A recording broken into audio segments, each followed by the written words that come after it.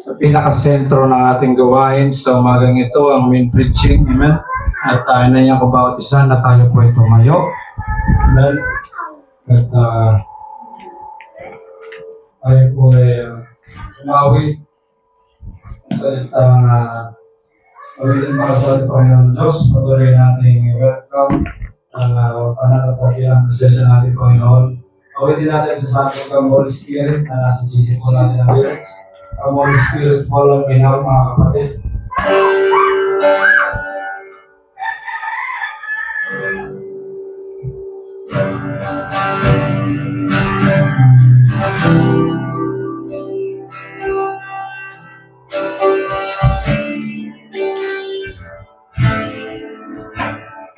Come, Holy Spirit, follow me now. I need your anointing, come in your power. I love you, Holy Spirit. You're captivating my soul. And every day I grow to love you more. Come, Holy Spirit, kapatid. Oh, come, Holy Spirit, follow me now. I need your anointing, come in your power. Tinatawagan ko po si Brother Jesus. I love you, Holy Spirit, captivating my soul. Every day I go to love you more. Hallelujah. I'm reaching for your heart. You hold my life in your hand, drawing me closer to you. I need your power in you. Compared to this place where I can see you face to face, I worship you, Spirit let me through. Hallelujah. In the mighty name of Jesus. Panginoon, muli sa umagang ito, aming dalangin, O God, ang inyong Santong Espiritu na siyang manguna sa amin, O God, na siyang magtuturo ng mga kapahayagan sa likod ng pulpitong ito, Panginoon, na siyang aming inaasahan, O God, na siyang aming sandigan, na siyang aming karunungan, O Panginoon, na taus-puso naming hinihingi, O God, na kami po ay mapangunahan. At muli, O God, sa inyong abalingkod na gagamitin sa likod ng pulpitong ito, Panginoon, ay inyong gamitin lamang po upang maging siyang daluyan ng inyong mga salita, O God, na aming mapag-aaralan sa mga oras na ito. Naway kayo rin, O God, na siyang magbigay ng kapahayagan, magturo mula sa ikabuturan ng puso, mula sa mga anak ninyo na naririto na siyang makikinig ng inyong mga salita. Muli, O God, kung kayo man po ay may nasumpungan sa bawat isa, mga pagkukulang at pagkakamali, aming dalangin na kami po ay inyong mapatawad, malinis, O God, maitapon sa dagat ng pagkalimot ang mga kasalanan ito, Panginoon. Muli, ito po ay aming dalangin sa pangalan ni Jesus, na aming Diyos, dakila at makapangyarihan sa lahat. Amen. So, maaari po munang magsiupo ang bawat isa, mga kapatid, bago tayo dumako po sa pagtuturo ng bawat salita ng ating Panginoon. So muli po, aking binabati ang bawat isa ng isang mapagpalang umaga. So, na-bless po ba ang bawat isa, mga kapatid? Bless po ba ngayong umaga? Lalo na sa mga mensahe na narinig natin kanina mula po sa pagtuturo ng ating mahal na kapatid sa pangunguna ng ating Panginoong Jesucristo. Lahat po ba ay pinagpala, mga kapatid, muli ngayong umaga? So, lahat nga po ba magsabi ng praise be to God? Praise be to God. So, batiin natin ang bawat isa na nagsasabing God bless you. Thank you, Jesus. Sabi nga po, no, ng ating matanda sa iglesia at ng ating mahal na propeta, isang bagay dakila ang nakila ang salitang mabanggit mo sa inyong kapatid o sa tao, God bless you. No. So, kanina mga kapatid, may isang awit na talagang pumintik sa puso ko. Yung inawit ng ating kapatid na si Sister Dessa. Ano ulit title nun? Ikaw lamang. So, alam niyo ba, nung nasa Saudi ako, yan yung almost 1 month na habang ako'y nasa rooftop ng aming bilya. Katapos ng aming trabaho from 11 a.m. to 2 p.m. to 3 a.m. Pag wala kaming Bible study, nandun ako nakaluhod habang umiyak sa ating Panginoon habang inaawit ko yung kantang yan. Yan yung mga panong bago-bago pa lang po ako sa message na doon ko naramdaman yung pagmamahal ng ating Panginoon na sa kabila ng lahat ng aking mga naging pagkakamali, na sa kabila ng mga bagay na hindi ko nalalaman, nagawa ko pang isumpa ang ating Panginoon. Tapos puso kong nagsisi at iniyak ko sa Panginoong Diyos ang lahat ng mga nagawa kong pagkakamali during that. Ayan, yan yung paulit-ulit kong inaawit. Kaya gulat ako kanina, yung inawit po ng aking misis. So, muntik na ako umiyak din kasi nag-flashback yung mga panahon ko yung nasa Riyadh, tinawag ng ating Panginoon. So, alam nyo ba, yung mga minsan yung mga awit na inaawit natin dito mga kapatid, bagamat ito ay in-offer natin sa ating Panginoon, ito ay nakakapagbigay din po ng healing, no, sa iba na mga nakikinig ng mga ganitong awitin, no, mga awit na papuri at pasalamat sa ating Panginoon. So, ramdam ko rin na ang bawat isa ay may mga karamdaman at sakit, tulad na yung kapatid natin na ginamit. So, ako'y kasama niya kagabi. Ayan, si Brother Paul, ganun din, galing sa event. Ganun pa man, mga kapatid. Sabi ko nga, dati sa training ground, training ninyo, mga kapatid, na ako man, ilang beses ko na rin na-experience na sa kabila ng mga kaliwat ka ng mga responsibilidad sa buhay, yung sikapin ko pa rin na magampanan ko yung isa sa mga kalooban ng ating Panginoon na inaatang sa ating mga kapatid. No. So sabi ko nga, from the bottom of my heart, maybe someday o darating na araw, yung ganyang mga training na natututunan natin ay magagamit natin mga kapatid. Na tulad nga niya, may mga hindi natin naasahan na syempre, bilang isang tao, kailangan din naman talaga natin magtrabaho.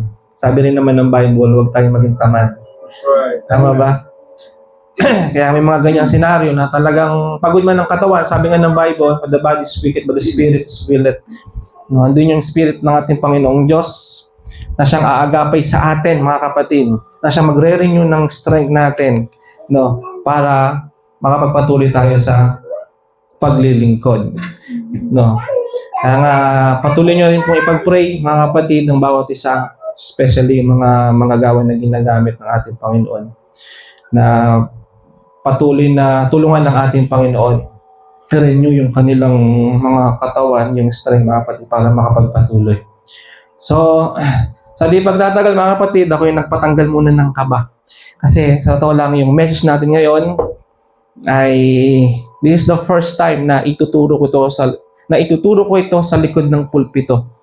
Na noon, naituro na rin po ito ng inyong balingkod sa Saudi. So, ilang taon na rin ang lumipas. Then, dito ako na-convict na ituro na, mga kapatid, ang isa sa mga malalalim, no, at hiwagang mga salita ng ating Panginoong Diyos. And may the Lord will help us, and pray for me, mga kapatid, na ito po ay maituro na walang dagdag at bawas. Bagamat wala tayong mga, anong tawag doon? Yung visual, para mas ma-visualize ninyo. Sabi ko nga kay Brother Dave Nakaramas, okay to kung Bible study. Kasi nung kami nasa Saudi, no, ang breaking nito is Bible study, teaching, mga kapatid. Pero ito nga, first time na maituturo ito sa likod ng pulpito. So talagang na-challenge ako. Pero yun yung conviction at leading ng ating Panginoon na I think it is enough na para sa mga encouragement na Word of God. Bagamat okay, maganda. Pero not all the time, mga kapatid.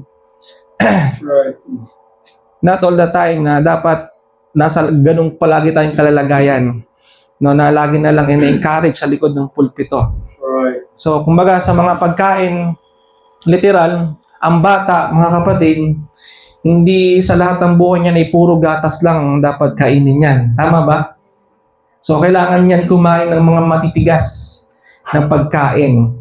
Nakadepende sa panahon. Right. Tama ba? At based sa mga nakikita ko, no, bagamat may mga baguhan pa rin, pero panahon na ito para maituro ang mga malalalim na kapahayagan. Bagamat there is a greatest mystery, dakilang kapahayagan, mga kapatid, o hiwaga ng ating Panginoong Diyos ay yung pagka-Diyos ng ating Panginoon. And then, yung isa sa mga mapag-aaralan natin ngayon, mga kapatid, isa rin sa mga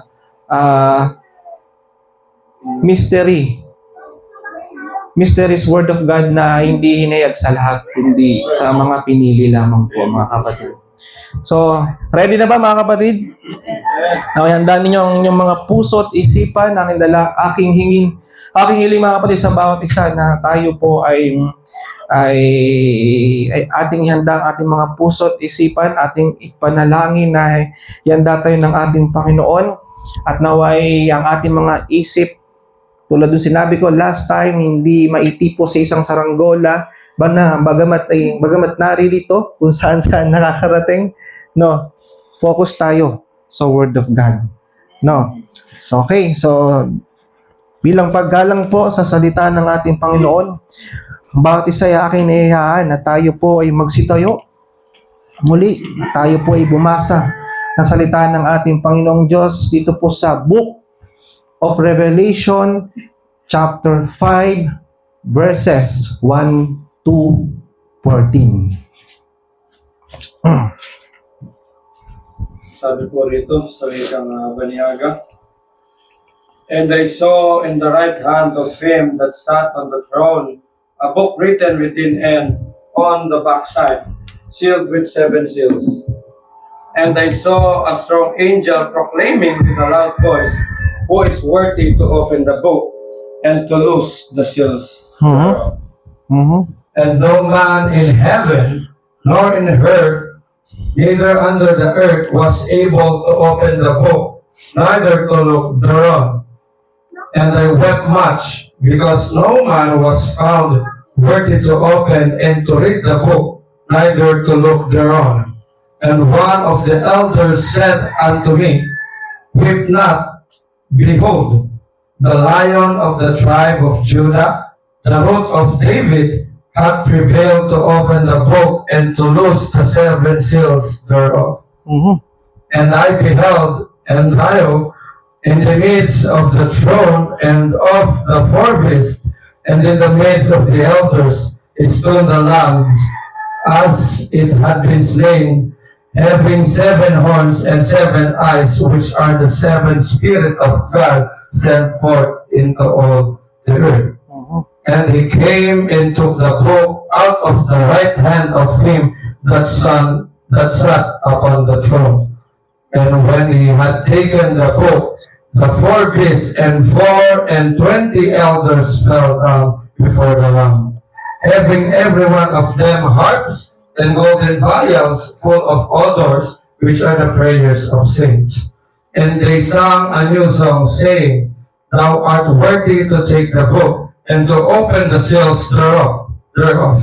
For thou wast slain, and hast redeemed us to God by thy blood out of every kindred, and tongue, and people, and nation.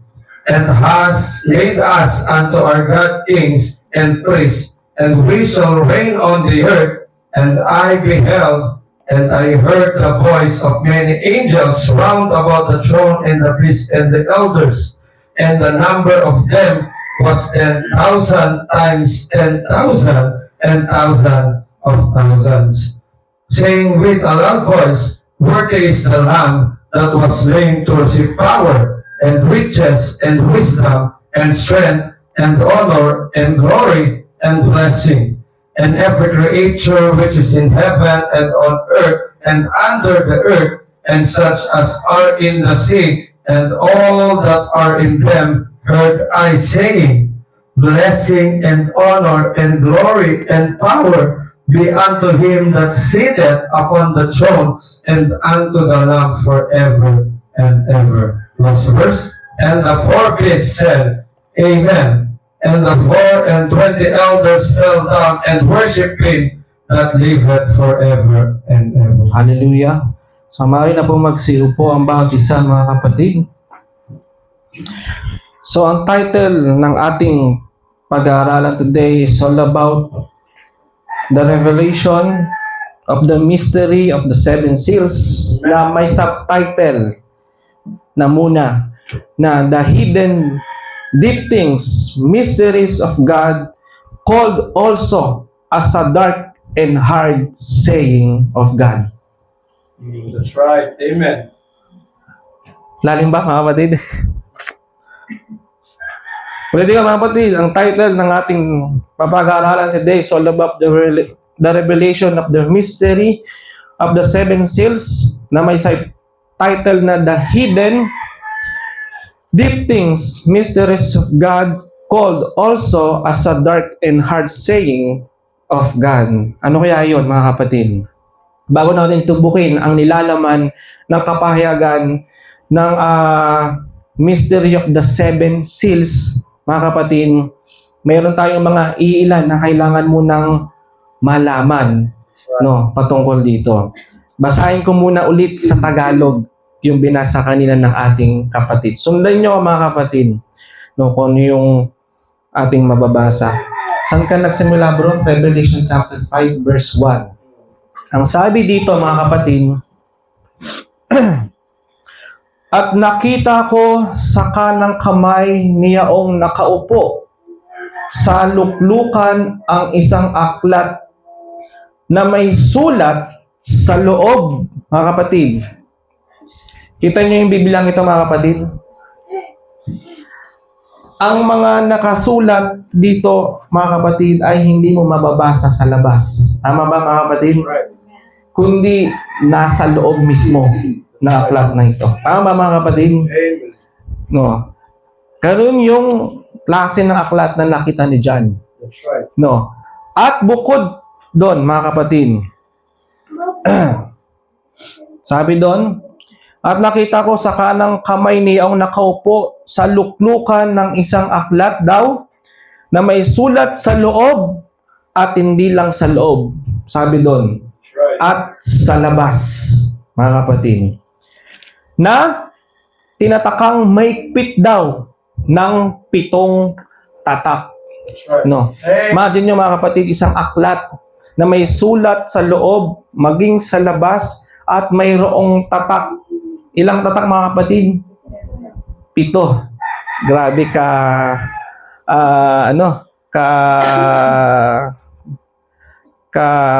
ganda ng aklat na yon, siguro, mga kapatid. No. Right. Amen. 2. At nakakita ako ng isang malakas na anghel na nagtatanyag ng malakas na tinig. Sinong karapat-dapat magbukas ng aklat at magtanggal ng mga tatak nito? At ang sabi doon, mga kapatid, at sino man daw sa langit o sa ibabaw man ng lupa o sa ilalim man ng lupa ay hindi makapagbukas ng aklat o makatingin man. Grabe, mga kapatid, no? Nung nagtanong si John, no, sabi nga doon, mga kapatid, sinong karapat dapat daw ang magbukas ng aklat at magtanggal ng mga tatak nito? Wala daw sino man. Saan? Sa langit. Sabi doon, maging sa ibabaw man ng lupa o sa ilalim man ng lupa. Grabe. Sa langit, sa ibabaw, maging sa ilalim. No, wala siyang nakita na karapat-dapat na magbukas. Ni makatingin man lang daw sa aklat na yon na nasa kanang kamay na nasa trono. No, mga kapatid. At ang sabi doon, at sinabi sa akin ng isa sa matatanda, huwag kang umiyak. Sabi doon, ay wait lang, sa 4 pala. 4. At ako'y umiyak na mainam. Sa English, mga kapatid, sabi doon, and I wept much. No, hindi lang basta luha, mga kapatid. Hindi lang basta yung malumanay, kumbaga, pagtulo lang ng luha mula sa mata, ang pag-iyak. Sabi nga dito, mga kapatid, umiyak ng mainam. Sapagkat hindi doon nakasumpong ng sinumang marapat mabukas ang aklat o makatingin man. Wala siyang makita. Ngunit, mga kapatid, ang sabi dito ng isa sa matatanda, huwag kang umiyak dyan. Narito ang leon sa angkan ni Huda. Ang ugat ni David ay nagtagumpay upang magbukas ng aklat at ng 7 tatak nito. Meron palang karapat-dapat, mga kapatid. Meron palang, sabi dito, mayroong naging karapat-dapat. No. Amen. That's right. Sabi dito, mayroong naging karapat-dapat na magbukas ng 7 tatak sa aklat na yon, mga kapatid. No. 6. At nakita ko sa gitna ng luklukan at ng 4 na nilalang na buhay, at sa gitna ng mga matatanda ang isang kordero na nakatayo. Na wari ay pinatay na may 7 sungay at 7 mata. Na siyang 7 espiritu ng Diyos na isinugo sa buong lupa, mga kapatid. Dito ipinakita na kung sino ang karapat-dapat, mga kapatid. No. So susunod na pag-aaral, tutumbukin natin kung sino tong mga to. O kung sino tong mga kapatid. 7. At siya'y lumapit at kinuha ang aklat sa kanang kamay niyang nakaupo sa luklukan. Amen. 8. At pagkakuha niya ng aklat, ang 4 na nilalang na buhay at ang 24 at matatanda ay nangagpatira pa sa harapan ng kordero. Na ang bawat isa'y may alpa at mga mangkok na ginto na puno ng kamangyan na siyang mga panalangin ng mga banal. At sila'y nang-aawitan ng isang bagong awit na nagsasabi, ikaw ang karapat-dapat kumuha ng aklat at magbukas ng mga tatak nito, sapagkat ikaw ay pinatay at binili mo sa Diyos ang Diyos ng iyong dugo ang mga tao sa bawat angkan at wika at bayan at bansa. Sila'y ginawang kaharian at mga saserdote sa aming Diyos. At sila'y nangaghahari sa ibabaw ng lupa. At nakita ko at narinig ko ang tinig ng maraming mga anghel sa palibot ng luklukan at ng mga nilalang na buhay at ng matatanda, at ang bilang nila ay 10,000, tig sa 10,000 at libo-libo. At nakita ko at narinig ko ang tinig ng maraming mga anghel sa palibot ng luklukan at ng mga nilalang na buhay at ng matatanda. At ang bilang nila, ulit mga kapatid, 10,000 tig sa 10,000 libo. Tama ba? Tig sa 10,000 at libo-libo. Na nagsasabi ng malakas na tinig, karapat-dapat ang kordero na pinatay upang tumanggap ng kapangyarihan at kayamanan at karunungan at kalakasan at kapurihan at kaluwalhatian at pagpapala. 13. At ang bawat bagay na nilalang na nasa langit at nasa ibabaw ng lupa at nasa ilalim ng lupa at nasa ibabaw ng dagat at lahat ng mga bagay na nasa mga ito ay narinig kong nagsasabi, sa kanya na nakaupo sa luklukan at sa kordero ay ang pagpapala at kapurihan at kaluwalhatian at paghahari magpakilan-kailanman. At ang 4 na nilalang na buhay ay nagsabi, siya nawa, at ang matatanda ay nangagpatira pa at samba, mga kapatid. So, sa susunod na araw, mga kapatid, iisa-isahin natin. No? Kasi diyan sa bawat verses ay may mga katanungan tayong i-arise at sasagutin, mga kapatid. Pero bago yun, mga kapatid, doon sa title o topic natin na The Revelation of the Mystery of the Seven Seals, ang kapahayagan, mga kapatid, ng hiwaga ng 7 tatak, mga kapatid. Na may subtitle na The Hidden Deep Things, Mysteries of God, called also a Dark and Hard Saying of God. Now, what is the meaning of hidden? Tingnan niyo yung title. The Hidden Deep Things, mga tinagong mga kalaliman mula sa mga hiwaga ng ating Panginoong Diyos. Deep, sabi nga dito, hidden, what is the meaning of hidden? Means being out of sight or not readily apparent, mga kapatid. Yun po ang meaning ng hidden. O sa synonym, mga kapatid, invisible. Unseen, not on view, and out of sight. No. Ngayon, what is the meaning of mystery? Something not understood or beyond understanding. Something unexplained, unknown, or keep secret. So, alam nyo ba, mga kapatid, ang kapahayagan ng hiwaga ng 7 tatak, mga kapatid, doon nga sa title na The Hidden Deep Things, Mysteries of God, ito ay itinago. Alam nyo ba, mga kapatid? Itinago saan? Sa lahat. That's right. Mga kapatid. That's right. Itinago sa lahat. At syempre, kung tayo man ay may mga bagay na itinatago, may panahon din namang ito ay ating inihahayag. Tama ba, mga kapatid? At kapag inihayag natin ang isang bagay na itinatago natin sa buhay, hindi maaaring walang makaalam. Tama ba?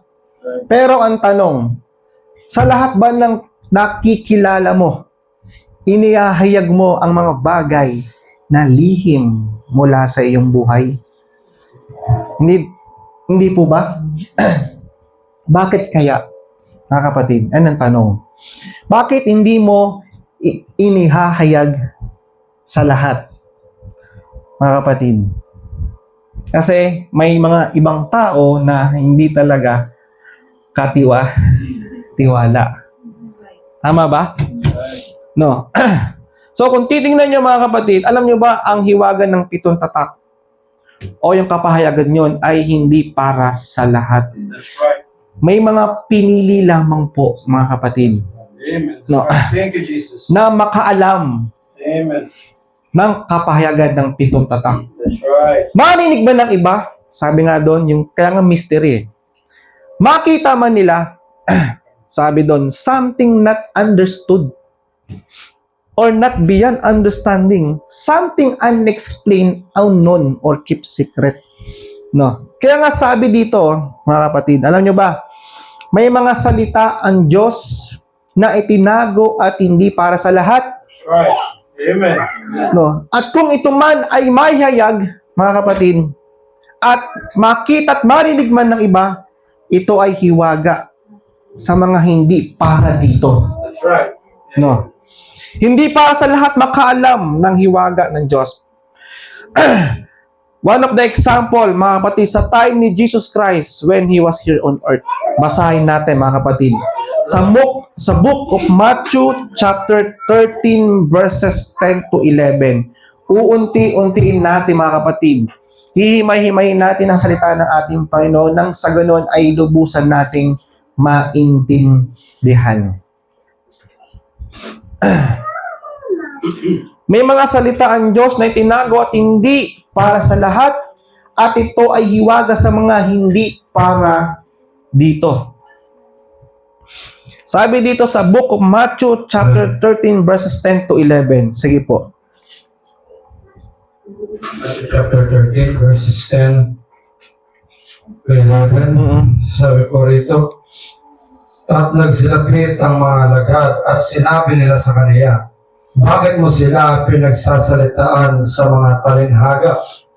At sumagot siya at sinabi sa kanila, sa inyo'y ipinagkaloob ang mga kaalam ng mga hiwaga ng kaharian ng langit, What? datapwat hindi ipinagkaloob. Ayun. Kanya mga kapatid, nung minsang si Kristo, mga kapatid, nangaral, nung siya ay naririto sa lupa, isa sa mga lagad niya ay nagtanong sa kanya at lumapit. Panginoon Guro, bakit ka nagsasalita?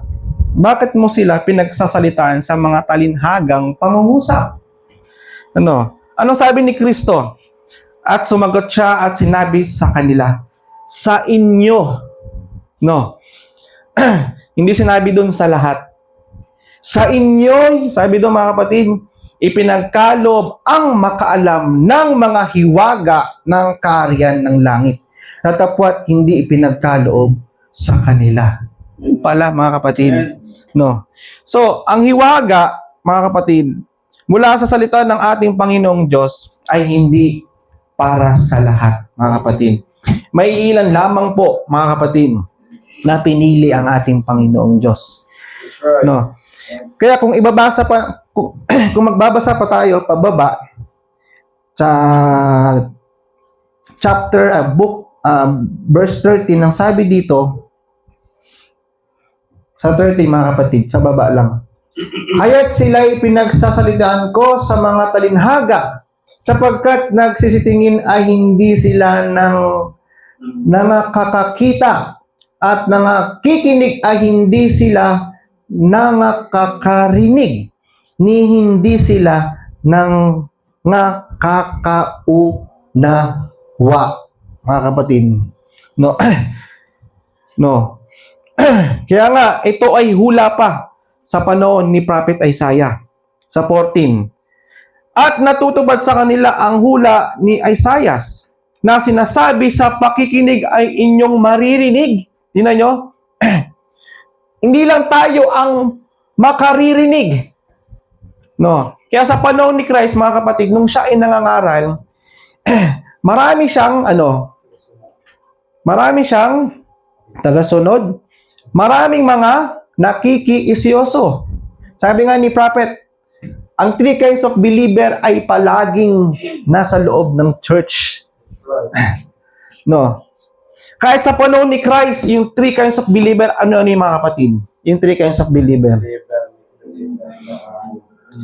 Believer, make believer, at saka unbeliever, mga kapatid.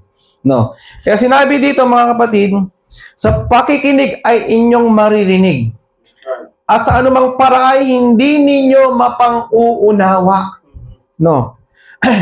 Ang mga make believer at believer, yung tatlong niya, mga kapatid, sabi ko nga kanina, sabi ni Prophet, mga kapatid, yung tatlong grupo na yan, yung tatlong klaseng uri ng mananampalataya, lagi nasa loob ng church yan. Hindi mawawala, mga kapatid. Kahit sa panahon ni Christ ay naririyan yan.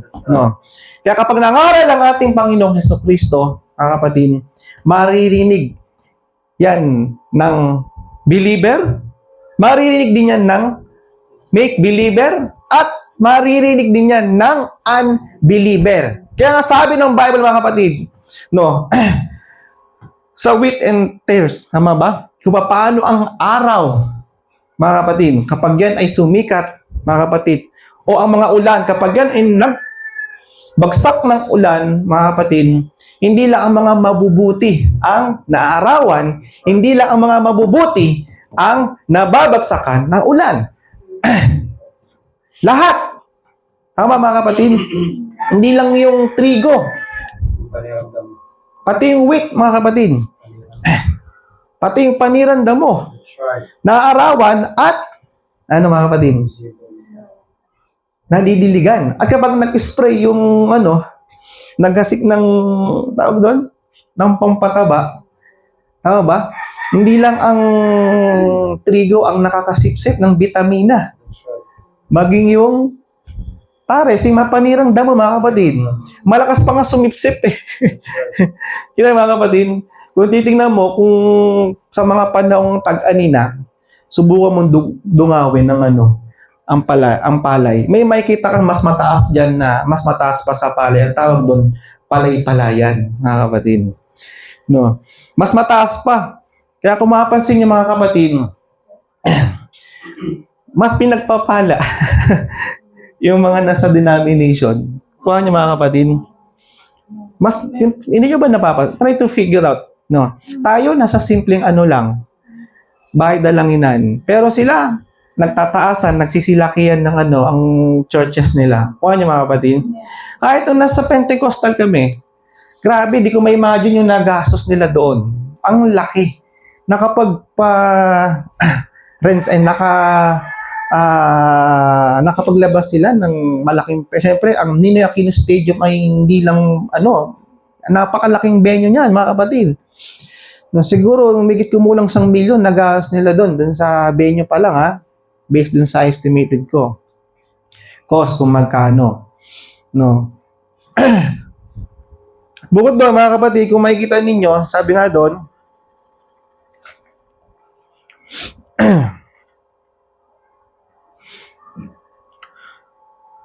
basa pa mga kapatid. Dito sa Book of Mark, chapter 4, verses 11 to 12. Sabi ko rito, Mark chapter 4, verse 11 to 12. Sabi rito sa Wigan Tagalog, at sinabi niya sa kanila, sa inyo ay ipinagkaloob ang makaalam ng hiwaga ng kaharian ng Diyos, natapwat sa kanilang nasa labas, ang lahat ng mga bagay ay ginagawa sa pamamagitan ng mga talinghaga. Upang kung magsitingin sila ay makakita at huwag mamalas, at kung mga kinig sila ay makakarinig at huwag mga kaunawa. Baka sakaling sila ay magbalik loob at patawarin. Ayan mga kapatid. No. Sa Mark chapter 4 verse 11 to 12, actually isa lang din naman yung pinapatungkulan nila. Tama ba? Dito sa Book of Matthew chapter 13 verse 13. Ngunit ang nadagdag dito mga kapatid, kung sa taas, sinabi doon, mga kapatid, sa Book of Matthew chapter 13 verse 10 to 11, dun sa nabasa natin mga kapatid, sa inyo ay pinagkaloob ang makakalam ng mga hiwaga ng kaharian ng langit, na dapat hindi pinagkaloob sa kanila. Dito sa Mark chapter 4 verse 11 to 12, sinabi doon mga kapatid, at sinabi sa kanila, sa inyo ay pinagkaloob ang makaalam ng hiwaga ng kaharian ng Diyos, na dapat sa kanilang nanga sa labas. Ang lahat ng mga bagay ay ginawa sa pamamagitan ng talinhaga, mga kapatid. No, mayroon talagang mga taong nanga sa labas na hindi talaga para dito, mga kapatid. Maswerte tayong mga nanga sa loob. No, nasa loob ng presensya ng ating Panginoong Diyos, mga kapatid. Ang mga nanga sa labas, mga kapatid, ito ay talinhaga. Talinhagang ipinapangaral sa kanila at makita man nila mga kapatid. Marinig nila mga kapatid, sabi nga doon, kung mga kinig sila ay mga karinig at huwag mga kaunawa. Marinig, makita nila pero hindi nila napag-uunawa mga kapatid. At sabi nga doon, no, baka sakaling sila ay mga balik loob at patawarin sila. So, ibig sabihin mga kapatid, hindi talaga para sa lahat ang hiwaga. Hiwaga ng mga kapahayagan ng ating Panginoong Diyos. May mga pinili lamang po, mga kapatid. Kaya mapalad ka. Mapalad tayo. No? Kung isa tayo sa bigyan ng kapahayagan, mga kapatid. At maunawaan natin. So, ibig sabihin, naririto ka. No? Sa loob ng totoo at tunay na iglesia ng ating Panginoong Hesukristo. Wala ka sa labas. Kasi kung nasa labas ka, mga kapatid, no, narinig mo man, makita mo man, pero hindi mo maintindihan. No? Kaya, malinaw po ba? Clear po ba sa bawat isa mga kapatid? Na ang hiwaga ng mga salita ng ating Panginoong Diyos ay hindi para sa lahat. No. Ilan lamang po ang pinili para dito, mga kapatid. At sinabi ko kanina, tayo man ay may mga lihim, no? At hiwaga ito para sa atin, mga kapatid. No, na hindi sa lahat, mga kapatid, ipinapaalam natin. May mga ilan lamang po, no, na pinili para doon. Kasi dapat sila na paghayagan mo ng lihim mo. Tama ba? Dahil katiwa-tiwala, mga kapatid, na sabi nga ng Bible, mga kapatid, no, sabi nga din ni Brother Branham na kung tayo man, mga kapatid, ay isa sa mga hahatol pagdating ng Judgment Day, bakit hindi tayo makahatol na maayos sa mga maliliit na bagay? Tama ba? Book of Corinthians, hanapin niyo, mga kapatid. Hindi ba kayo rin ang hahatol sa mga anghel? Sabi doon, mga kapatid, no.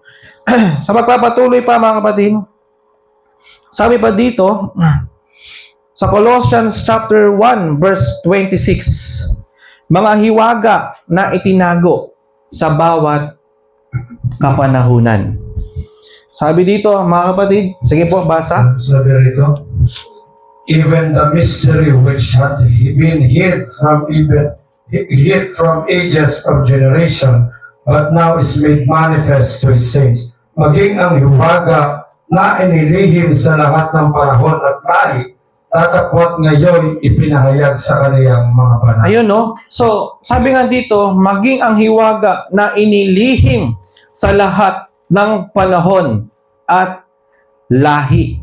Tatapot ngayon ipinahayag sa kanyang mga banal. So, simple sa mga kapatid na may mga hiwaga mula sa salita ng ating Panginoong Diyos na itinago sa mga nagdaang panahon. Na dito po sa panahon natin, inihahayag,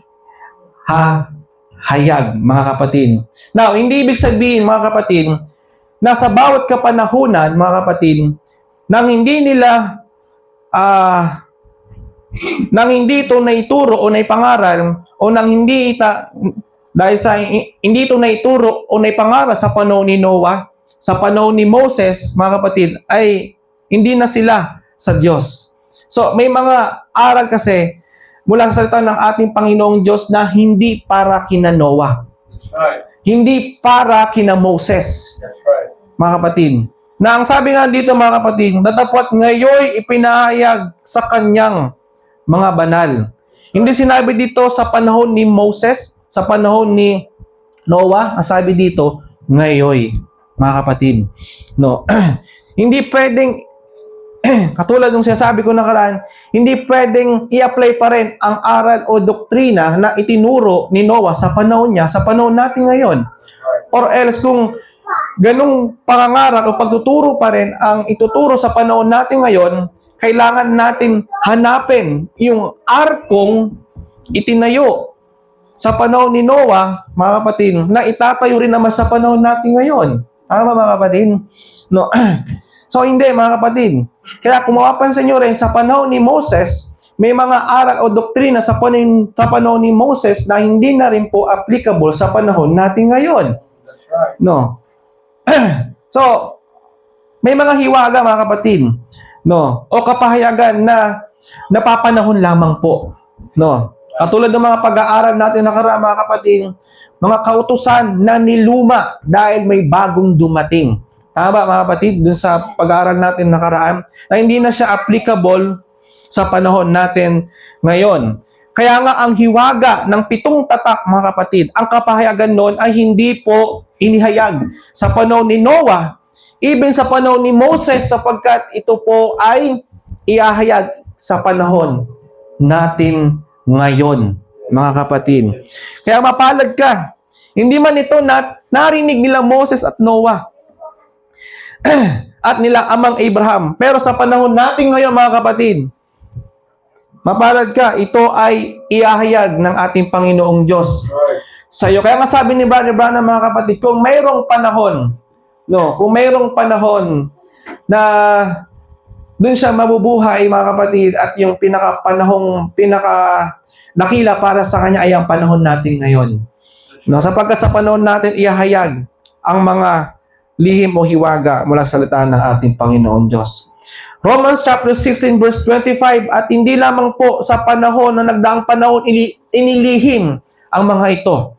Sabi dito sa Romans chapter 16 verse 25, mga kapatid, at ngayon sa Kanya na makapangyarihan na sa inyo'y makapagpapatibay ayon sa aking ebanghelyo at sa pangaral ni Kristo ayon sa pahayag ng hiwaga na natago sa katahimikan ng panahong walang hanggan.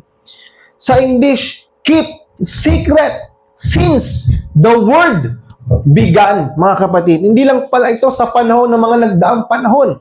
Ito po ay nailihim na o lihim na, mga kapatid. Sabi nga dito, which was kept secret since the world began. No. Yan po ba kayo, mga kapatid? Nandiyan pa kayo? Nakakasabay po ba, mga kapatid? Yun, praise be to God. Now, sabi dito ni Brother Branham, dito sa The Invisible Union of the Bride of Christ, 1965, paragraph 303. God had to open up those 7 seals, not in the denomination. Not in a denomination. I've always been against it, but out of the denomination. He might take a bride. No. Not a denomination bride, mga kapatid. No. Kaya nung sumigaw yung ikapitong anghel, yung last messenger sa panahon natin ngayon. Brad, last messenger, so ibig sabihin, merong nauna. Yes. At alam kong pamilyar na kayo sa 7 church ages. Tama ba? Sa bawat kapanahunan, wala man akong illustration, di mga kapatid. Kung ano nasa isip ko, kunin nyo na lang. At alam kong meron tayong isang kaisipan dahil nandiyan si Kristo. Sa 7 kapanahunan ay mayroong 7 mensahero na ginamit. Tama ba, mga kapatid? No. Sa bawat kapanahunan na yan ay may mensahero ang Diyos. Kaya nga, sa huling kapanahunan, which is sa panahon natin ngayon, the Laodicea Church Ages, mga kapatid, may mensaherong itinayo ang ating Panginoong Diyos. Walang iba kundi si William Marion Branham. Tama ba, mga kapatid? Na siyang ginamit, na siyang sumigaw, mga kapatid, sa panahon niya. Nung siya'y nabubuhay pa. At sa pagsigaw niya, mga kapatid, tayo ay lumabas sa iba't ibang denominational churches. Tama ba? Sino galing dito sa Catholic?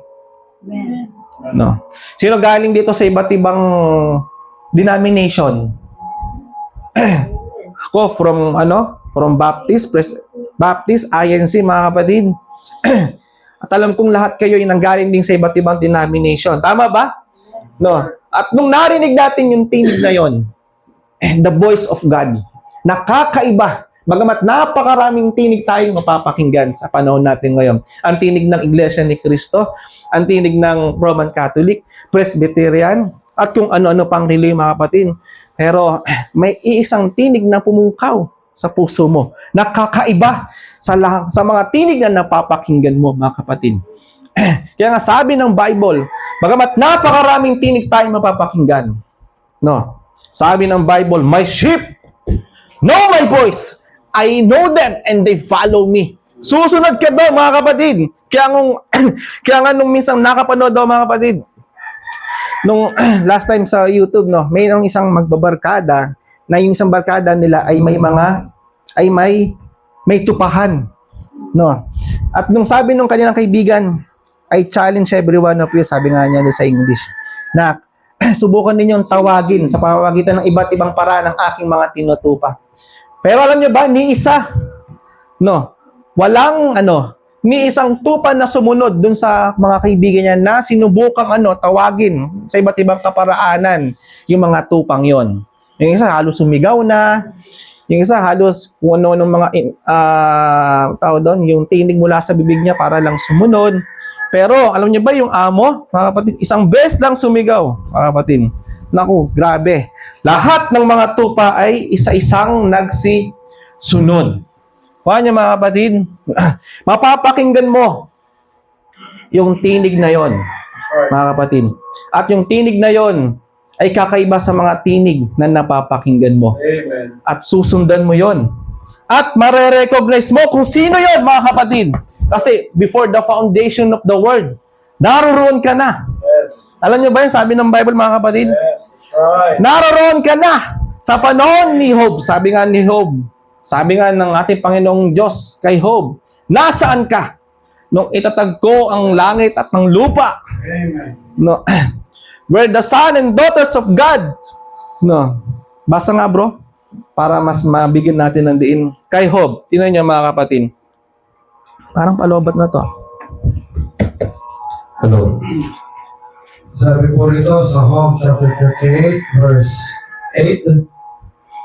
Sabi rito, when the morning stars sang together and all the sons of God shouted for joy, na magsiawit na magkakasama ang mga bituin pang umaga at ang lahat ng mga anak ng Diyos ay naghihiyawan sa kagalakan. Verse 8, O sinong nagsara ng mga pinto sa dagat ng magpubiglas na gaya ng pagbiglas mula sa bahay bata? Verse 9, Amen. gawin ko ang alapaap na bisan niyaon at ang salimuot na kadiliman na pinakabalot niyaon at aking itinatag doon ang aking pasya at nilagyan ko ng mga halang at mga pinto at aking sinabi, hanggang dito ay darating ka, ngunit hindi ka nalalagpas at titigil ang iyong mga palalo. Hallelujah. Kung titignan niyo, mga kapatid, sa teaching ni Brother Branham, even before the foundation of the world, tayo po ay naroroon na sa kaharian ng ating Panginoong Hesukristo. Yan ay malalim na aral at doktrina. Sa susunod natin yan tatalakay, mga kapatid. Ha, talaga ba? Kaya kung sino ka noon, yun ang ipoproject mo ngayon, mga kapatid. Kung sinungaling ka before the foundation of the world, nakita na ng Diyos, dito magiging sinungaling ka. Kaya nga sabi ni Kristo, kayong mga parcert sa Duseo, pero meron pa siyang isang salitang binanggit, mga kapatid, na sino at ano ang maging dahilan para makatakas kayo sa impyerno ng apoy. Ano, Brad? Ha? Yun. The generation of vipers. No. Wala at kahit sino man ang makakapagbigay ng daan sa kanila para makatakas sila. Saan? Sa kahatulan na ibibigay sa kanila ng Diyos sa dagat-dagatang apoy, mga kapatid. Kaya kung titingnan niyo, masakit man ito. Ang impyerno o ang apoy, hindi aapoy kung walang panggatong. No, tama ba? Hindi aapoy ang kung walang igagatong. So, kailangan mayroong igatong. Now, I know this is hard saying, pero this is the truth. Ito ang katotohanan. May mga tao talagang ininalaga para sa impyerno. Para umapoy. Sila ay tinatawag na mga panggatong. No. Kasi hindi naman talaga lahat, hindi lahat anak ng Diyos o anak ni Adan. Tama ba? Bagamat sinabi ni Adan o ni Eva, mga kapatid, na si Eva ang ina ng lahat ng nangabubuhay. Pero sabi ni Brother Branham, at kahit kayo, balik-balik na rin ninyo ang Bible, wala kayong mababasa na nakasulat na si Adan ang ama ng lahat ng nangabubuhay. Tama, mga kapatid? Malinaw yan. Wala tayong mababasa. Bakit? No. Bakit? Dahil alam naman natin, at naihayag sa atin, mga kapatid, ang kapahayagan patungkol sa original sin. Hindi naman talaga literal na prutas o mansanas yung kanilang kinain. Tama ba? Hindi sexual intercourse na nagbunga, mga kapatid, ng masamang binhi at mabuting binhi, mga kapatid. Kaya through generation, makikita ninyo, mga kapatid, yung the battle between the good seed and the bad seed. Abel and Cain. Tama ba? Moses versus Pharaoh. Jacob versus Esau. Tama ba? Jesus versus Ha? Judas, the wheat and the tares. The good seed and the bad seed. No, the real Christian and the hypocrite Christian. Tama ba? The dove and yung uwak. Yung mga kapatid, laging may enmity. Jollibee versus McDo. Hindi talaga naghihiwalay. Magtayo nga ng tindahan dyan. Sa sunod, 3 na tindahan yung magtatayo dyan. Oh, malakas to ah. Okay nyo mga kapatid, laging may pagkakaalit-alit. So, dun pa lang makikita mo no, may mga talagang itinalaga, mga kapatid, para sa kahatulan doon sa impyerno. Kuha niyo mga kapatid, yung sinasabi doon. Kaya nga, even today, may makikita ka na mga taong namamatay minsan hindi nila tinanggap si Kristo. Talagang namatay ng makasalanan. No. May ganyan. Kaya dito mga kapatid, dito pa lang sa pinag-aaralan natin, no, hindi lahat ng kapahayagan ay para sa lahat. Tama ba? Mula sa salita ng ating Panginoon, may pinili lamang po. No, may pinili lamang po. Before the foundation of the world. Paano yung Brad? Parang ang unfair naman po noon. Kung nakita na pala lahat ng Diyos, bakit? Di sana binago niya lahat. Maaari, pwede. Pero hindi kasi yun ang kalooban ng ating Panginoong Diyos, mga kapatid. Sabi nga nung minsan may nagtanong sa akin alam na pala ng Diyos na sila Eva at Adan ay magkakasala sa panahon nila, bakit hindi pinigilan? No? May plano kasi ang ating Panginoong Diyos. Tandaan natin yan mga kapatid. May plano ang ating Panginoong Diyos. Bagamat, kung titignan niyo mga kapatid, hindi naman kasi ginawang robot ng Diyos ang kanyang mga nilalang. Katulad ng mga anghel. Sabi ni Brother Branham, merong permissive will at saka perfect will. That's right. No. Meron kasi tayong mga self-will na kung tawagin, mga kapatid. Na it's all up to you if you will follow me or not. Ang Diyos hindi siya mapilit. Ayaw niya ng pinipilit ng isang tao. Basta itong kautusan ko na it's all up to you if you will accept or not. Sa panahon nila Eva at Adan, may kautusan. Tama ba? Hindi kayo mamamatay. Kapag sinunod lamang po ninyo ang aking mga salita, tama ba? May kautusan dun No. Now, sa tingin nyo, ang Diyos nagpabaya? Hindi siya nagpabaya. May kautusan doon para hindi sila mapahamak, mga kapatid. Pero anong ginawa ni Eva at Adan? Mas pinili nila ang kanilang kalooban kaysa ang kalooban ng ating Panginoong Diyos. Kuha niyo mga kapatid. At nakita na ng Diyos yon before the foundation of the world. Bagamat sila magkakasala, no, meron ng panggamot ang ating Panginoong Diyos doon, mga kapatid. Pinahintulot niya mangyari in order to show His attributes, those attributes of God, para ma-manifest niya. Ano yun? No. Paano siya magiging tagapagligtas kung wala siyang ililigtas? Tama ba? Paano siya maging manunubos kung wala siyang tutubusin? Paano siya magiging tagapag-provide kung wala siyang taong pagpuprovidean? Kung halos lahat ay nasa sa kanya na. Tama ba? Paano siya magiging tagapagpagaling kung wala siyang pagagalingin? No. All things work together for good. Tama ba mga kapatid? Everything is subjected to God, mga kapatid. Pinahintulutan niya kasi meron siyang dakilang layunin o purpose, mga kapatid, sa mga ganong bagay. No. Kaya mapalad tayo na katulad ng mga ganong kapahayagan ay hindi inihayag sa lahat. Pero sa atin, naiintindihan natin. Naunawaan natin, mga kapatid. Tama ba? No, katulad ng mga bagay na ito, hindi talaga para sa lahat. Mayroong mga ilan lamang pong pinili ng ating Panginoong Diyos na nakita niya na before the foundation of the world. Itong si Sister Kyla, dito ka. Sapagkat nakita ng Diyos as a author and the finisher of faith na nakakala ng lahat ng bagay, the beginning and the end, na darating yung araw na magkakasala ka, pero darating yung araw na tatanggapin mo siya bilang isang Diyos mo at tagapagligtas mo. Nakita niya na gagawa ka ng ganito, pero babaguhin mo at aayusin mo at magpapasakop pa sa ating Panginoong Diyos ng taus-puso. No, Taos puso mo siyang tatanggapin, mga kapatid. At meron naman siyang mga nakita before the foundation of the world, mga kapatid, na talagang hindi talaga tatanggap, mga kapatid. Kaya nga nabuo yung the book of life. Napag-aaralan natin yan sa mga kapatid. What is the book of life and the Lamb's book of life? As a book of life, mga kapatid, nandyan ang bride, foolish virgin, no. Naririyan ng mga righteous, no.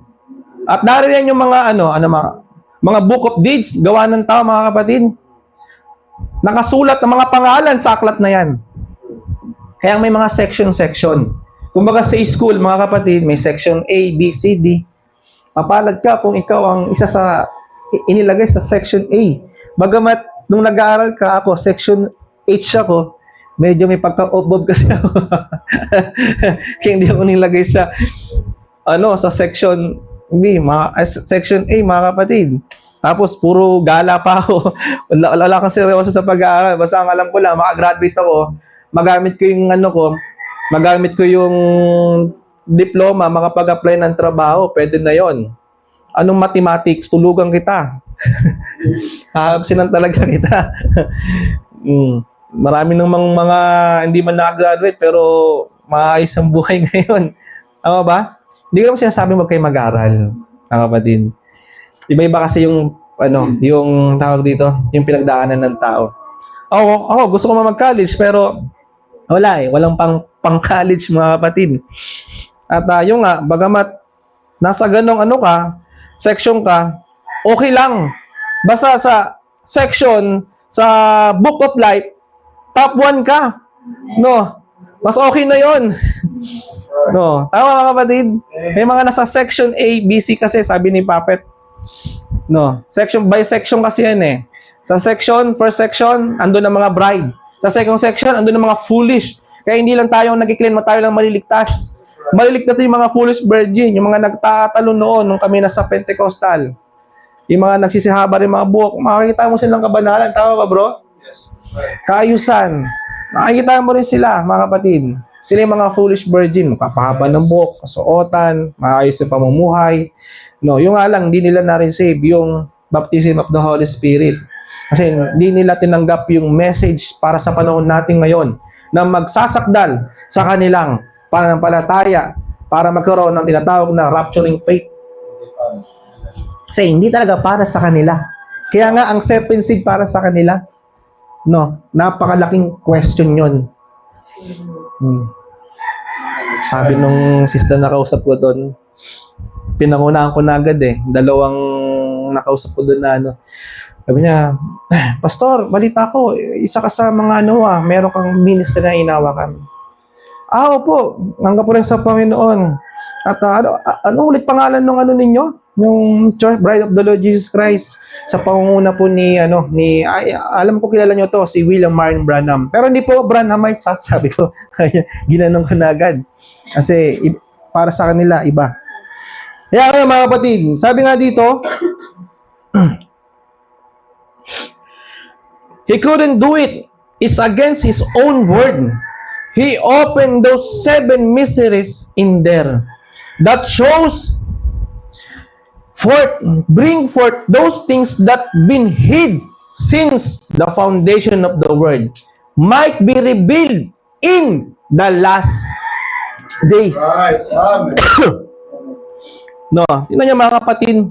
Kaya sa pagbabasa ko bakit may mga sulat na nasa loob ng aklat? Doon nung nakita ni John, doon sa nakaluklok sa trono na mayroong aklat sa kanyang kanang kamay, na sabi nga niya, may mga aklat na nakasulat sa loob at nasa back. Ngayon, sa pagbabasa ko, mga kapatid, bakit nasa back? Sabi ni Brother Branham, wala sa front, nasa back, kasi sa huling kapanahunan, ihahayag, mga kapatid. Ang sabi ni Prophet, hindi sa panahon ni Pablo, hindi sa panahon ng ikalawang iglesia, kundi sa ikahuli-huling iglesia. Kauli-huli ang aklat. Praise be to God. Sabi ko, grabe ka, Panginoon. Unti-unti lang. Kasi abang binabasa ko ang 7 seals, grabe yung kapahayagan. Bagamat may mga notes na ako, mga kapatid, pero may mga idinaragdag na kapahayagan, mga kapatid. No, sa mga nilalaman nun. Kaya nga sabi pa dito, mga kapatid, it might reveal in the last days two sons of God. That's right. Amen. They brought the forth now before the people, that they see it. There, you now to this undenominational bride. Oh my. Tingnan niyo, mga kapatid. No, might be revealed in the last day to the sons and daughter of God. So hindi para sa lahat. They brought that forth now before the people that they see it. Makikita niyo yun. Nakikita niyo ba, mga kapatid? There, you now, this undenominational bride. Oh my. Kaya nga sabi pa ng Ephesians chapter 1 verse 9, na ipinakikilala niya sa atin ang hiwaga ng kanyang kalooban, mga kapatid. Ipinapakilala niya sa atin ang hiwaga ng kanyang kalooban. Mapalad ka, mga kapatid. So, halimbawa man, no, mayroong isang dakila tanyag na tao na ihayag niya ang kanyang kalooban, di ba? Grateful nun, napaka-overwhelm nun sa tawa, mga kapatid. Nakaka-overwhelm yun na mayroong isang dakilang tao, tanyag na tao, na ipakilala o ihayag niya ang kanya sariling kalooban sa iyo na hindi niya ipinapahayag sa lahat. Pero bukod tanging ikaw lamang po ang pinagpahayagan niya, mga kapatid. Kaya nga sabi dito, na ipinakikilala niya sa atin ang hiwagan ng kanyang kalooban ayon sa kanyang minagaling na ipinasya niya sa kanya rin, mga kapatid. Ito ay kapasyahan ng ating Panginoong Diyos. Hindi natin to kapasyahan. Hindi natin ito pinili. Hindi natin to sinikap na Panginoon. No. Hindi to sa sarili nating pag-aaral. Hindi to sa sarili nating kakayahan para may hayag ito, mga kapatid, kundi sa sarili niyang pasya. Hindi to dahil sa inihayag ng pastor mo o inihayag ng sino man, kundi sa pamamagitan ng ating Panginoong Hesukristo. Mga kapatid, kaya nga sabi ng Bible, mga kapatid, kung nasaan ang Espiritu ng ating Panginoong Diyos, naroon ang kalayaan, mga kapatid. Na noon, mga kapatid, na hanggang ngayon, katulad ng Israel, no, mayroon pa ring takip na nakatakip sa kanilang mga kaisipan na idinakip, mga kapatid, para hindi makita, no, makita ang mga bagay na meron tayo na ating nilalasap na pinapakain sa atin, mga kapatid, sa kanila. Nakatago pa rin, di pa rin nila nakikita na si Kristo, na siyang Diyos na manunubos, na matagal na nilang hinihintay na magliligtas sa kanila, pero ni-reject nila, mga kapatid. At sa pamagitan ng pag-reject nila, nakarating sa atin ang mensahe para tanggapin natin ito, mga kapatid, para magkaroon tayo ng kaligtasan. No. Kaya nga sa isang banda, dahil sa katigasan ng ulo nila, ni-reject nila to para ang mensahe makarating sa panahon natin ngayon para tawagin ng kanyang mga nobya, the Gentile bride, mga kapatid. Pero darating din naman yung araw, yung tabing na nakatakip sa kanila ay tatanggalin din ng ating Panginoong Hesukristo. Kaya imagine ang mga bahay, may mga kortina, di ba? Pag nasa labas ka, hindi mo makikita kung anong mga nanga sa loob. Tama, mga kapatid? Kailangan mo nang tanggalin yan para makita mo kung ano yung mga nanga sa loob, mga kapatid. Tama ba? At hindi yan matatanggal ng mga taong nanga sa labas. Tama ba? Matatanggal yan ng mga taong nanga sa loob. Tama po ba, mga kapatid? No? Ibig sabihin ko, mga kapatid, as long as na hindi tanggalin ng taong nasa loob ang harang na nasa loob ng bahay, ay hindi yan makikita ng mga nanga sa labas. Wala kayong magagawa. Tama ba? Wala tayong magagawa para makita natin yung loob. Hindi natin matatanggal yung kurti unless mayroong magtanggal na nasa loob ng bahay. Tama ba, mga kapatid? No, wala tayong magagawa kung hindi kalooban ng ating Panginoong Diyos na hindi sila pahayagan. Kaya nga tayo dito, mga kapatid, pag nangaral tayo ng salita ng ating Panginoong Diyos, hindi sa pilitan. Merong tatanggap at meron talagang hindi tatanggap. Maliban na lang kung ang Diyos ay kumilos sa kanila. At merong iisa dyan na natanggalin yung tabing sa kanyang kaisipan at tanggapin si Kristo sa kanilang mga buhay. Paano mga kapatid? Kaya nga, sabi nga dito, ito ay sa kanyang minagling na ipinasya niya sa kanya rin naman. Matthew chapter 11 verse 27, ang lahat ng mga bagay ay ibinigay sa akin ng aking Ama. Yes. At sino may hindi nakakakilala sa anak kundi ang Ama. At sino may hindi nakakakilala sa Ama kundi ang anak at yaong ibiging pagpahayagan ng anak, mga kapatid. No. Talagang mayroong mga taong binigyan ng kapahayagan lamang po ng ating Panginoong Hesus Kristo. Sabi dito mga kapatid. Hindi sa lahat. Mayroon siyang ibig lamang pong hayagan. Hindi sa lahat mga kapatid. Kaya nga Matthew chapter 28 verse 20 mga kapatid. Ito yung pangako ng Diyos na ituro ninyo sa kanila na sa kanilang ganapin na kanilang ganapin ang lahat ng mga bagay na iniutos ko sa inyo at narito ako'y sa inyong palagi hanggang sa katapusan ng sanlibutan. Hindi lamang po ito po patungkol sa pagtulong ng ating Panginoong Diyos sa iyo sa mga problema o trials and testing sa buhay mo, mga kapatid. Tingnan niyo yung sinasabi dito. Laliman natin mga kapatid. No. No power, please charge battery. Sabi dito mga kapatid, na ituro ninyo sa kanila na kanilang ganapin ang lahat ng mga bagay na iniutos ko sa inyo. May dalawang tuldok. Kung titingnan nyo sa inyong mga Bible, mga kapatid. At narito, ako'y sa inyong palagi hanggang sa katapusan ng sanglibutan. Mga kapatid, ano ang kalaliman nito? Ano ang connection nito sa ating topic, mga kapatid? No. Sabi nga doon, na ituro ninyo sa kanila. Ating napapakinggan ba mga kapatid ang kautusan ng ating Panginoong Diyos? Napapakinggan ba natin mga kapatid? Ating ginaganap ba? Lahat ba? Lahat ba mga kapatid? Lahat po ba mga kapatid? Marahil hindi. Kasi bakit? Katulad ngayon pa lang naman natin mapag-aaralan yung 7 seals. Ngayon pa lang po natin tama ba? Ngayon pa lang po natin ito napag-aaralan at napag-uunawa kung anong mga nilalaman nito. Tama mga kapatid? No. Lahat ng mga bagay na inutos ko sa inyo at narito ako'y sa inyong palagi hanggang sa katapusan ng sanlibutan. Sabi ni Brother Branham, mga kapatid, kung tayo ay pinili ng ating Panginoong Diyos before the foundation of the world, hindi pwedeng hindi ito may yag sa atin. Kasi sabi niya, hanggang sa katapusan. Yan mga kapatid. Hanggang sa katapusan.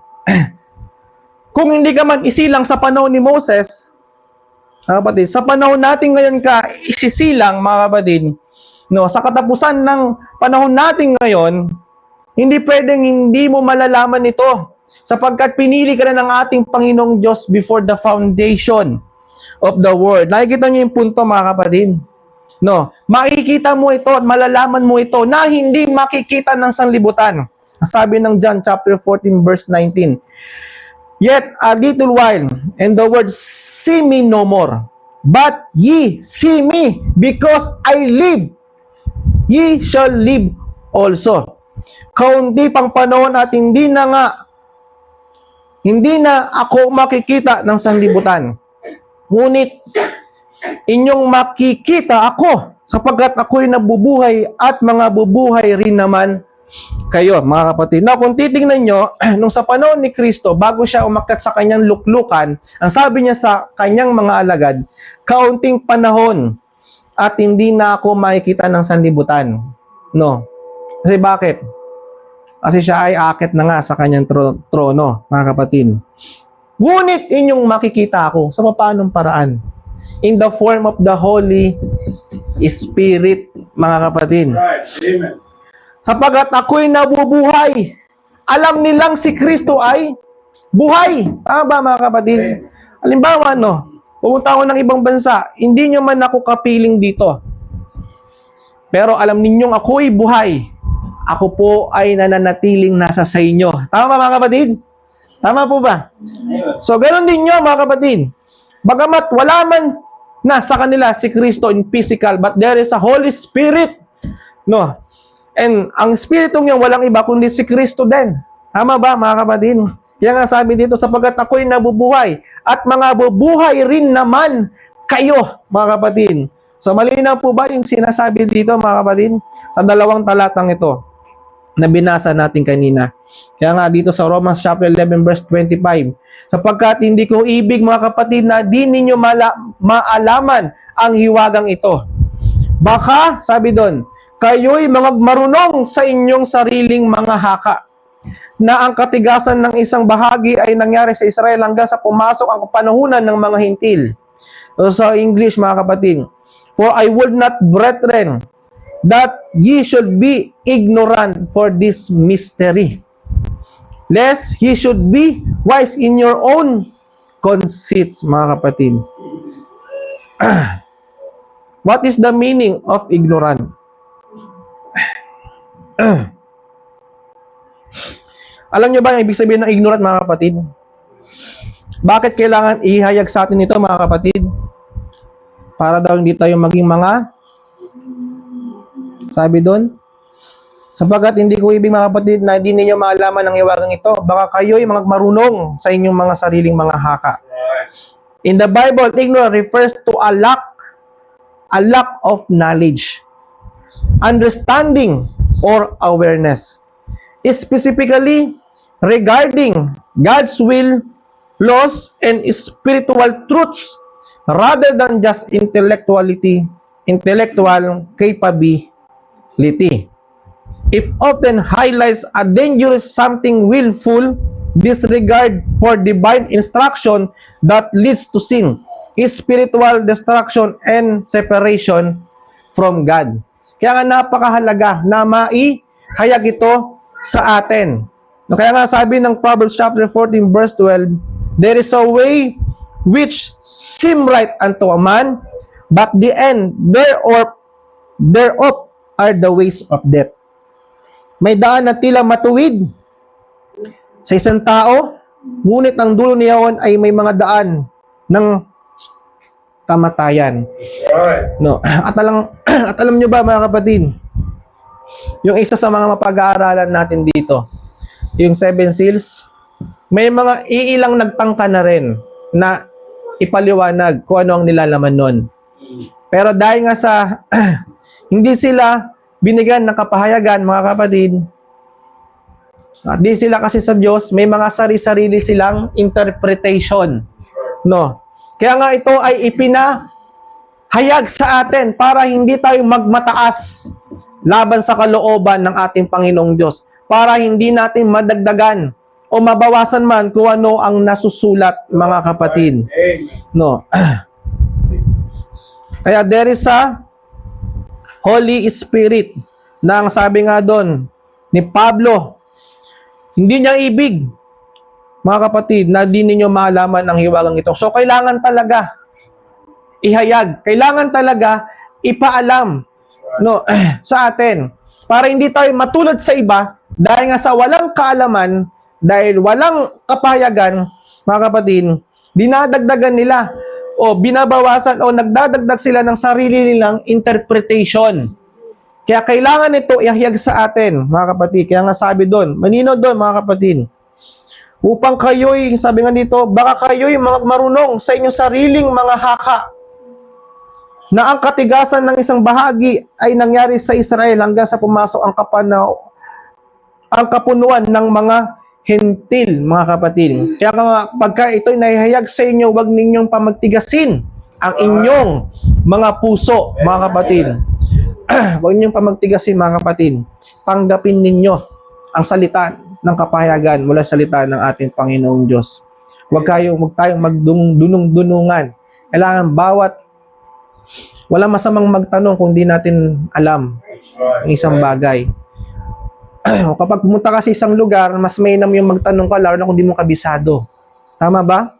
Magtanong ka, or else, kung sa sarili mo ay alam mo na lahat ng bagay, mga kapatid, maliligaw at mapapahama ka. Amen?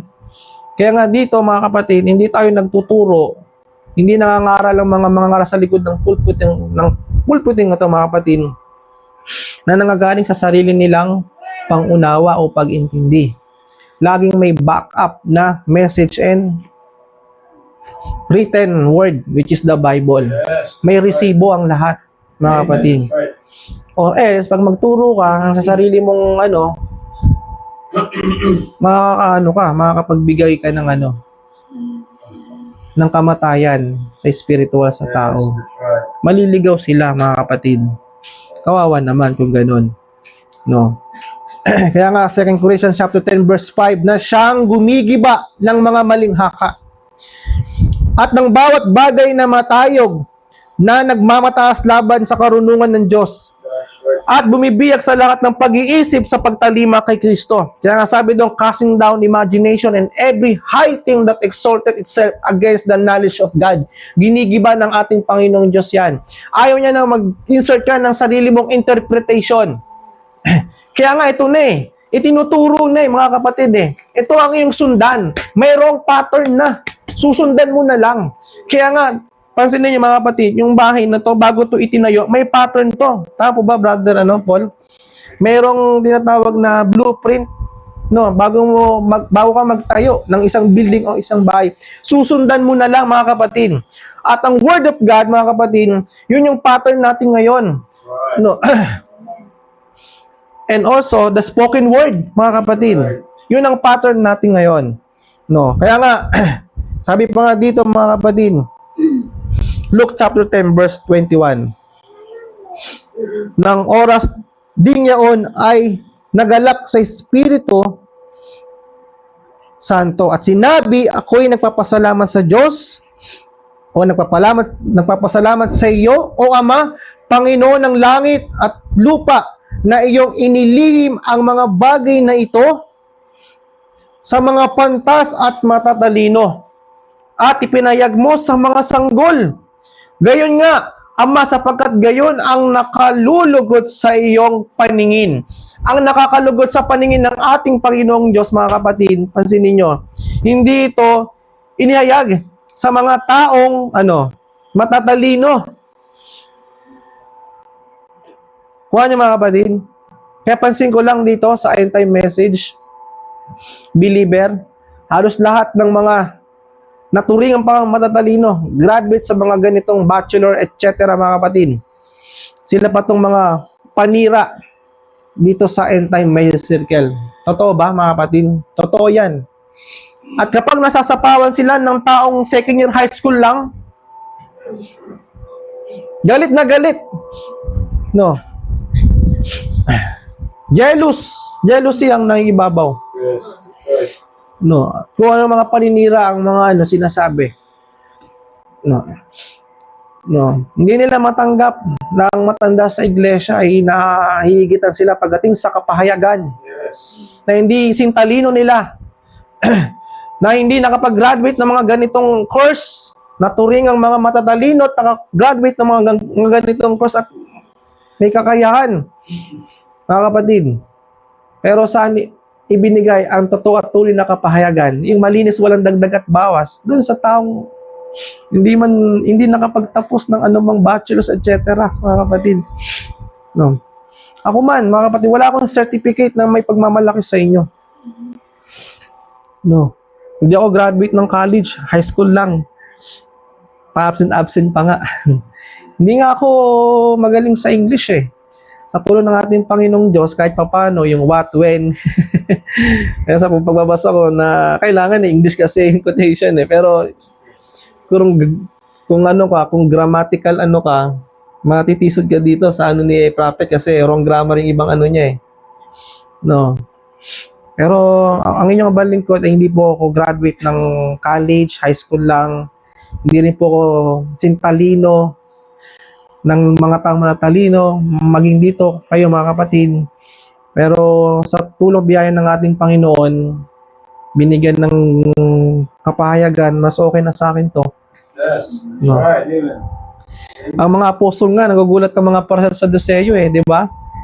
Kay Pedro, sabi nga, ito ay ano lang, pero bakit ganito mga aral? Hindi man nakapagtapos yung mga yun, ha? No. Ha? Tingnan nyo mga kapatid. Ako man ay wala akong talino at lakas ng loob tumayo dito mga kapatid, hindi sa biyaya tulong ng ating Panginoong Diyos. Kaya po ako nakakatayo dito sa inyo. No. Kaya nga buti na lang merong written at spoken. Tayo yung mga repeater na lang. Repeater means andyan ang written, andyan ang spoken which is the prophet. No, na siyang ating number one, tama ba? Number one si Christ, pangalawang propeta, at yung fivefold ministry sa panahon natin ngayon. Mga kapatid na siya nagtuturo sa atin. No, hindi na para magdagdag at magbawas ka sa mga sinasabi. No, ituturo mo na lang, kumbaga sa pagkain nakahain na. No, isusubo mo na lang, mga kapatid. No. Niya pa ba kayo, mga kapatid? Amen. Thank you, Jesus. Kaya nga sabi doon, mga kapatid, sabi ni Prophet dito sa Pride, 1955, paragraph 10. Now, sabi niya, as I was saying, the Holy Spirit wrote the Bible. And it's written in such a way that there's no way at all for man in his mental conception to understand what it is. No matter how well you get it wrote out, how well you can put it together, it's wrong to begin with. See? Because he's hid it from the eyes of the wise and prudent. And it's spiritual revelation. Look at the Pharisees and Sadducees of the days of our Lord Jesus. Tingnan nyo daw, yung mga sa panahon ni Jesus Christ, yung mga apostles sa Sadduceo. No. Sino ba sila mga kapatid? Mga dakilang mga ngaral sa panahon niya. Mga nakapagtapos, nakapag-aral. Kabisado ang katuruan ni Moses. Pero nung dumating si Christ, how that they had it all figured out just to the dot. How that Christ would come and everything. And when He came vice versa from that they had figured out. Just to show that He is God. And it was, He did not come contrary to Scripture. Yes, that's right. He come contrary to their conception of the Scripture. No, nung dumating si Kristo, mga kapatid, eksaktong siya ang siya ang katuparan ng mga hula na isinulat sa panahon ng lumang tipan. Pero mga kapatid, para sa mga taong nakasalamuhan niya sa panahon, ito ay mali. Kuha nyo? No. But it come exactly the way the Scripture said. Exactly. Eksaktong mga kapatid. Kaya nga sabi ng John chapter 5, 46 to 47, sapagkat kung kayo'y nagsisimpalataya kay Moses, ay magsisisampalataya kayo sa akin, sapagkat tungkol sa akin siya ay sumulat. Yun ang nakakapagtaka mga kapatid. Kung talagang sila ay sumasampalataya kay Moses, no, sana ay sinampalatayanan din naman nila si Kristo, sapagkat si Moses ay nagsulat ng mga bagay patungkol kay Kristo na darating sa kalagitnaan nila, mga kapatid. Ngunit kung hindi kayo nagsisisampalataya sa kanyang mga sulat, ay paano magsisisampalataya kayo sa aking mga salita? Right. No. Kaya mga kapatid, kung kayo ay nagsisipanawa, sabi nga niya, ngunit kung hindi kayo nagsisisampalataya sa kanyang mga sulat, ay paano magsisisampalataya kayo sa aking mga salita? Kaya mga kapatid, hindi nga nila sinampalatayanan si Kristo Tama mga kapatid. Paano pa nila sasampalatayanan yung mga sasabihin ni Kristo? Yes. Kuha nyo? Kaya nga sabi ni Kristo, search the scripture. Tingnan ninyo. Kung di nyo ako paniwalaan sa aking mga sinasabi, tingnan nyo ang aking mga gawa. Patunay na ito ang mga ito ang mga katibayan ng hula ng mga nasa lumang tipan, mga kapatid.